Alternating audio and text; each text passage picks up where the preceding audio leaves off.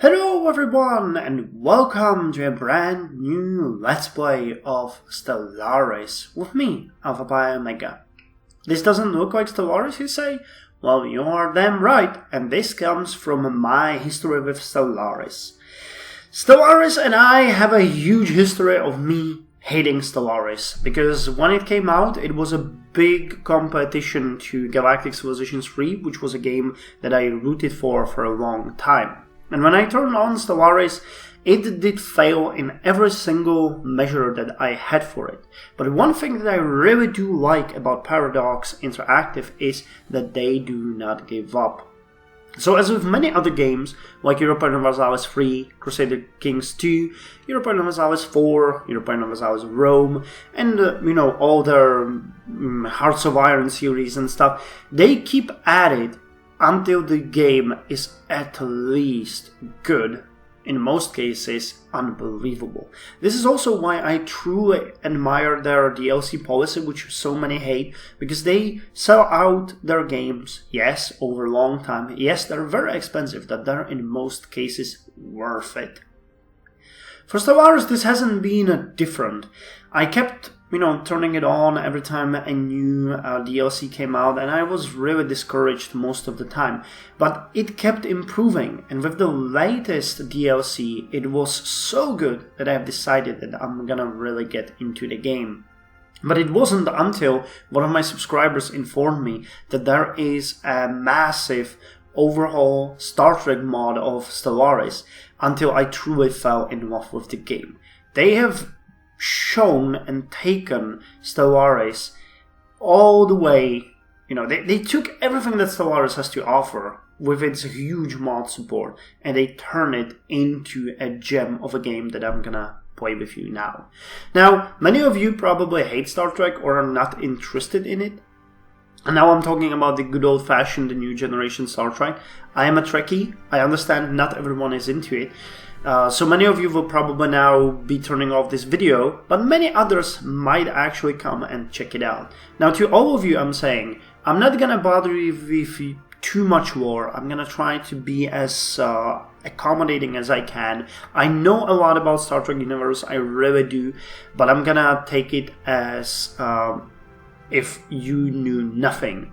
Plus, there's the added bonus that I really do know very little about this mod. I played it for a number of hours, but I played it on very slow speed, enjoying the game, enjoying the ships, enjoying the designs, enjoying, discovering the basics of the game. And now that I know the basics, I think I'm ready to start a true Let's Play. Now, it's not gonna be like all the other Let's Plays where the player starts at point A, he has a small galaxy and just decides to end it when he's bored. I'm gonna do little short updates where I'm gonna show you what's happening, I'm gonna show you all the interesting stuff, the expansion of our little empire, and I'm gonna try to explain what is also happening in our universe. There might be some Star Trek lore, but if you don't know anything about Star Trek, I'm gonna try my best. I promise that you won't feel, that you are not part of the universe. And maybe, what do I know? Maybe I'll even make some Trekkies out of you. No, just kidding. Anyway, let's start a new game. Now, there's, as I said, an incredible work in this. They remodeled as far as I know, every existing race in Star Trek, with few exceptions, and they've put them into here. There are 6 major empires. You have the United Earth, which is gonna be us. You have the Klingon Empire, who are the Japanese samurai type of warriors. You have the Romulans, who are the backstabbing, cloaking, insane people. No, they're actually very, very intelligent, but they seem to be overly paranoid. Then you have the Cardassians, who are as much warlike as the Klingons, but don't really follow that code of honor, and are way more tyrannic. You have the Dominion, which is the huge enemy from outside, and you have the Borg, who are the mechanic scourge of the Earth, and every other place that they ever come to. I actually like Borgs quite a lot, but, you know, we're not gonna talk about them now. There's also a number of other races that we will encounter as we play, but we're gonna start with the United Earth. There are few reasons why we're gonna do that. The first, it's the only one out of the major empires that's marked as average difficulty. Everyone else is easy. Second, I think this will give us the access to most of the lore and most of the technology and will allow us to play the game as I like it. Because United Earth is the diplomatic force, the reasonable force, the technological force in the universe. So I really do hope that it will be like I imagine it. You can go with forming federation. You can go with all the iconic moments. Everything has been scripted ahead of time. But each of these should have a different history. So I'm hoping that United Earth will be what I'm looking, what I'm looking for, I would say. You can play any of the other races as well. They're extremely hard as they are. They have their own histories, but these are the major empires which have unique ship sets, and I'm kind of interested in it. Once we finish the Let's Play, we can try some of the others. I would especially like to play maybe the Klingons, because that would be a completely different playthrough than the United Earth. Okay, enough of chit-chat. United Earth is a democratic federal republic. We have a drive for self-improvement, which gives us increased monthly unity, and consumer goods cost is lowered by 10%. World War III and the ecological collapse of the 21st century have taught humanity a bitter lesson. The wanton pursuit of power is a dangerous thing. Now that all the citizens enjoy easy access to all basic amenities, material wealth has little interest to the general population. We can finally focus on greater things. Good for us. We have a spirit of exploration. There's an urge in all of us to explore and to discover, the thrust of curiosity that leads us to try to go where no one has gone before. Now at long last, new technologies allow us to explore strange new worlds, to seek out new life and new civilizations. Increased survey speed by 10% and anomaly discovery chance by 5%. We're a pacifist, which gives us increased production of our population by 5% and increases core sector systems by 2%. That's really good. We're a xenophile, we love other species. This increases opinion of other species of us. We cannot use the no refugee species policy and cannot displace aliens. Okay. Empire modifier border friction lowered by 25%, that's useful. And diplomatic influence cost lowered by 25%, that's also useful.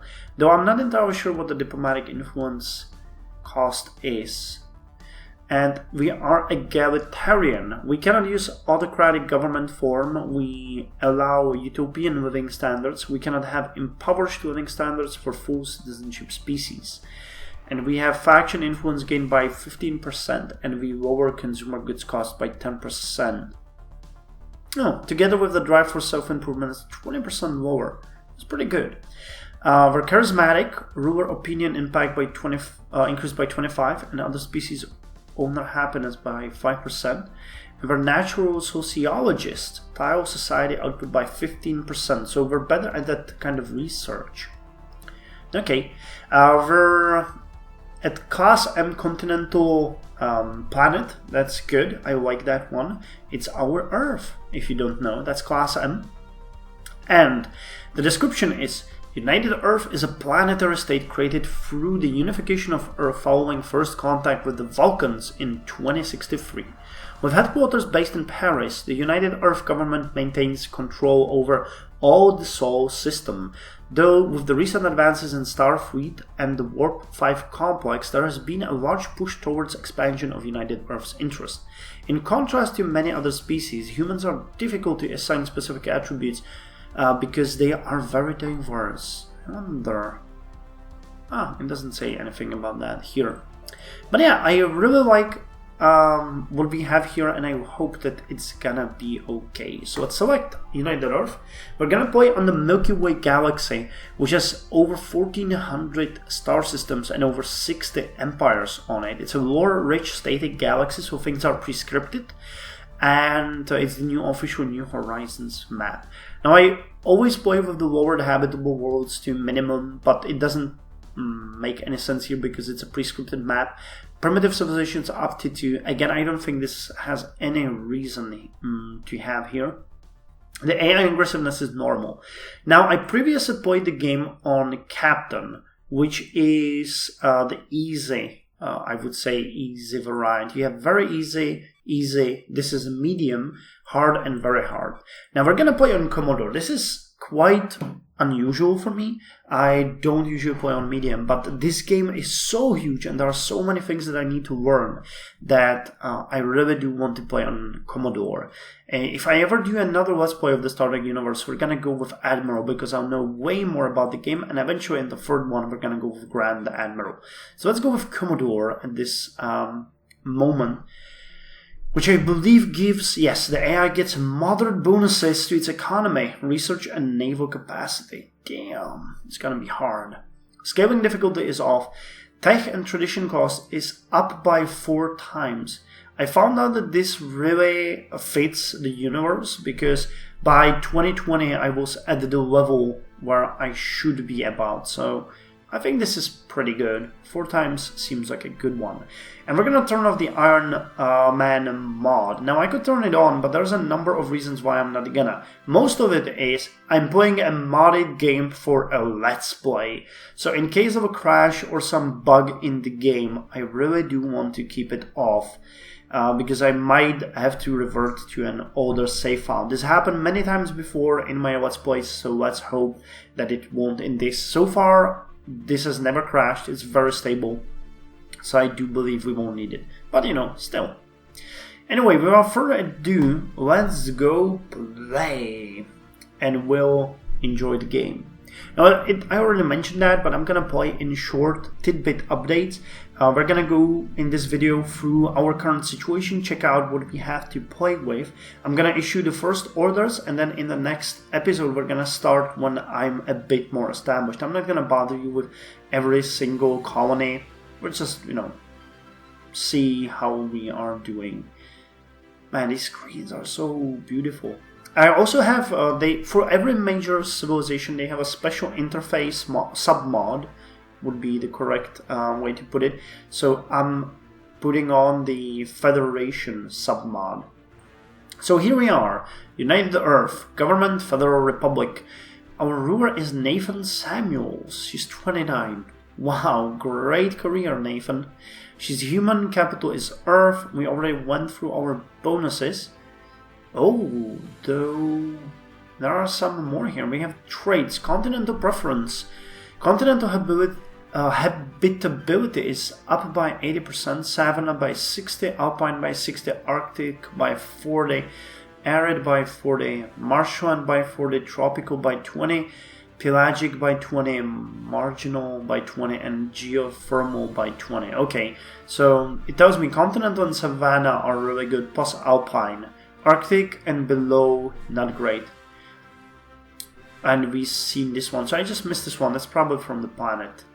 The specter of the war had followed humanity for centuries, culminating in the Third World War in 2053. Emerging from this post-atomic horror, the people of Earth struggled to survive until the scientist Zephyr Cochrane successfully drew the attention of the Vulcan science vessel Teplana half a decade later. Following almost a century of Vulcan patronage, the people of Earth are ready to take their first step into the great unknown, to seek out new life and new civilizations, to boldly go where no one has gone before. The potential to make yourself a better man, that is what it is to be a human, to make yourself more than you are, by Jean-Luc Picard. So yeah, I'm going to show you the map first because it's kind of interesting. This is where we are, that's Earth. And we have a potential ally here at Area 40 Eridani, where they have their homeworld of Vulcan. The Vulcans are friends. We're gonna rely on them heavily throughout the beginning. They also have a monastery at Pegem, which is I can't show it right now, but I know there's a monastery there.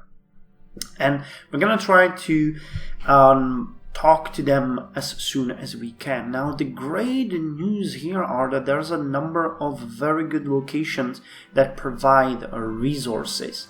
I can't really specifically remember now, but I think the resources are about the same in the non-modded Stellaris. So you have your energy credits, you have your minerals, which are, this is used to pay for everything pretty much.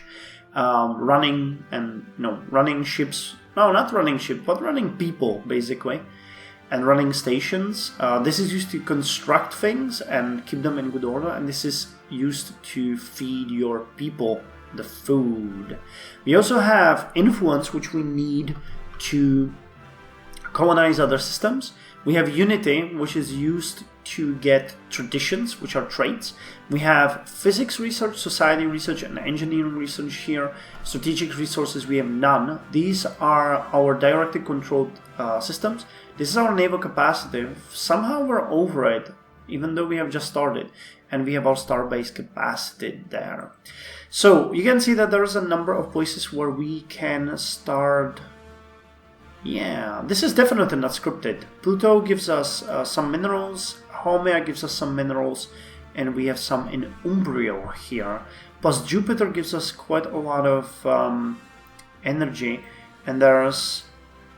Is there like a moon? Amaphia. There's probably a small moon somewhere which gives us 1 mineral, and dilithium, which is a strategic resource. Okay, we also have Mars colonized, but that one is a bit problematic. The main oh god, it has almost all the energy. Damn. Okay, so things that are scripted are probably the star systems and the event. No, not even the star system, just the events. Yeah, things are completely randomized. So maybe I do influence the habitable worlds. So how are we doing here? We're not doing bad. We have you doing nothing here. You're just harvesting food. There's no building there. But we have people doing some society research.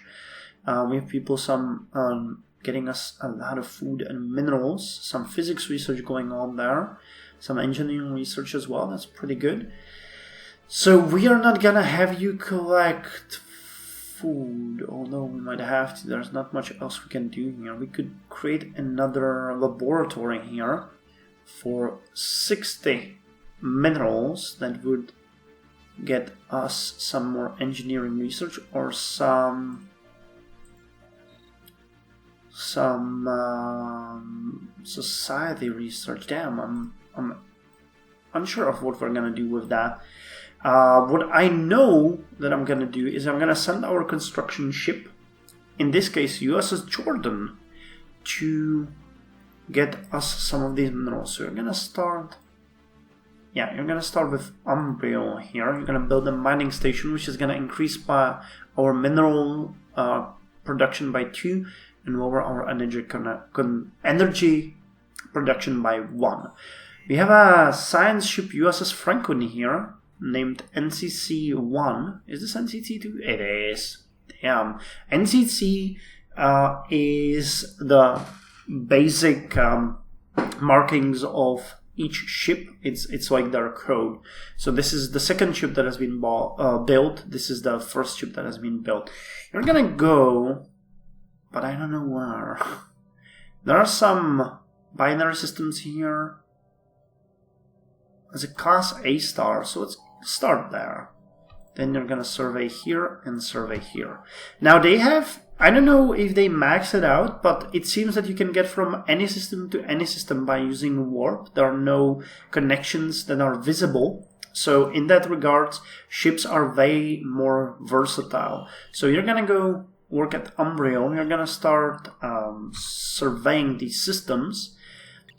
And our fleet, which is comprised of 4 patrol ships, all of the Neptune class, NCC 3 through 6, you're just gonna chill here at the starbase, which is level 2. It has crew quarters, which will lower the docked ship upkeep by 33%. And we have the shipyard here, which can produce new ships for us. Right now we can only build Wow, this is expensive. 305 minerals for one tiny dinky little ship. Oh, they're cute. Look at them. And they go well with the style. So, I'm gonna deal off-cam with Earth. I'm gonna have to figure out what we're gonna do. Most likely, as there are no extra minerals here, which is a big bummer. We have almost nothing there. Plus, there are quite a few empty tiles here and there. We're most likely gonna go with more research right off the bat. You know what? Let's do that right now. We have the engineering research, so let's have you there. And I'm thinking we're gonna stockpile the food and then move one of these food producers. Oh, we don't have any. Or maybe we could move you, for example, here to get more research. Now, before I end this episode, we're gonna set up research as well. Physical research. So, we have a command, gravity manipulation, which would unlock a component of command station. That would give us regeneration of everything. Hull, armor, and shield on our ships, if put in there.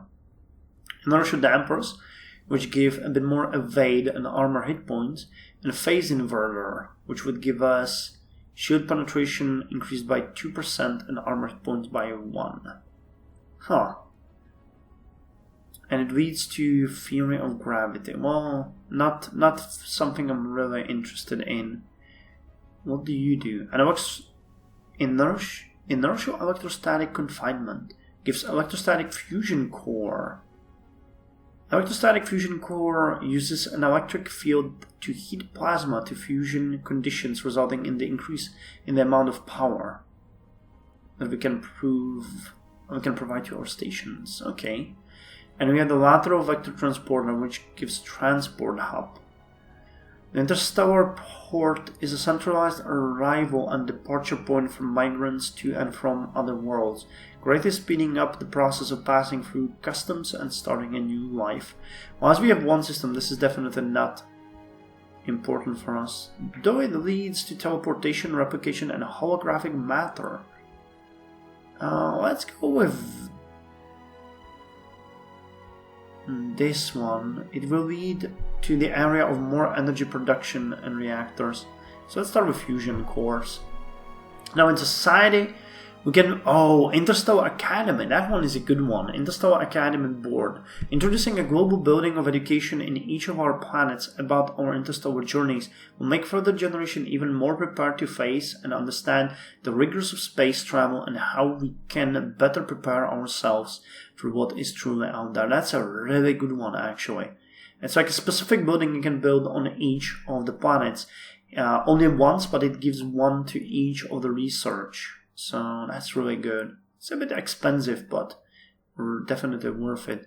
We could otherwise go with Global Defense Initiative, which gives us bunker network, division headquarters, and ground-to-space weaponry, or Space Superiority, which increases fleet size and naval capacity,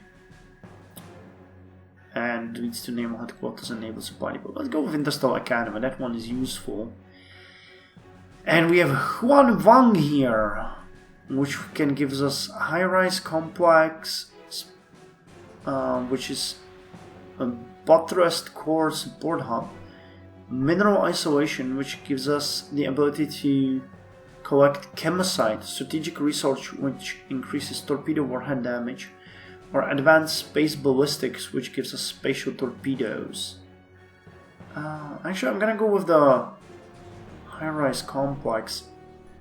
Big bummer for us, however, is that we cannot research the colony ship right off the bat. Sometimes that happens and it's a really bad thing.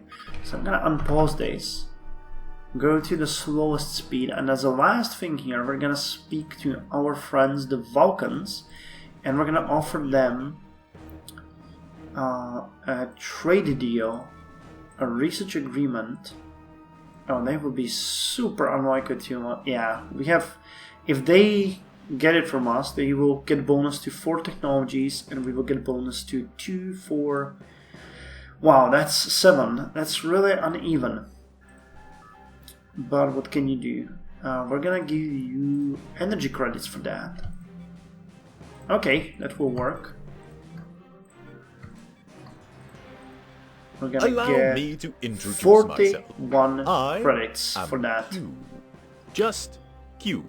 That's a tutorial. I'm gonna keep him there because he sometimes tells me good stuff, but let's do it. We're gonna give them 41 credits for the research agreement. They will accept. Yes.